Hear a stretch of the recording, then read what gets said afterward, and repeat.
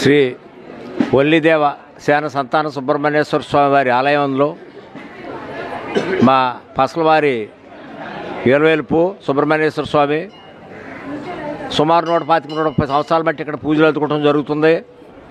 పూర్వం కూడా ఎంతో వైభవంగా ఇక్కడ షష్ఠి అయ్యి జరిగి ఇక్కడికి ఎప్పుడు కూడా షష్ఠి రోజులు వచ్చేటప్పటికి ఇక్కడ దోవ ఉండేది కాదు.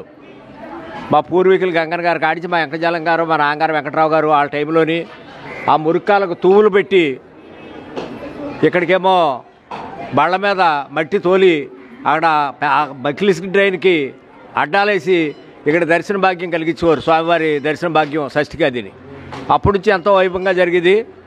తర్వాత స్వామి అలాగా పూజలు ఎత్తుకుంటూ ఉండగా మా నరసింహాచార్యులు గారు ఒక 10-15 సంవత్సరాల కిందట ఇక్కడ 11 వారాలు వచ్చిందంటే ఏ పనైనా సరే ఇక్కడ జరుగుతుందని ఆయన చెప్తే దాన్ని బట్టేమో విపరీతంగా ఇక్కడికి రావటం జరుగుతుంది.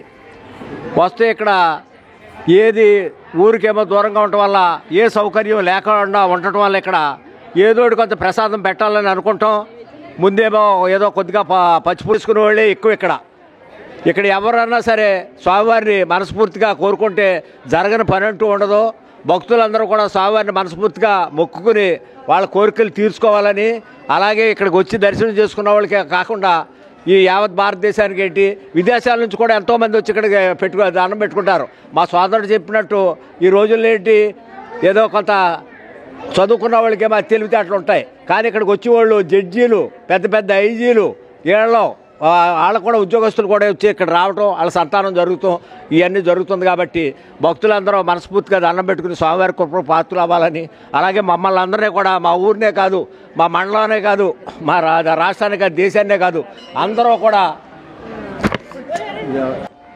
సుఖ సంతోషాలు జీవించాలని స్వామివారి కృప అందరికీ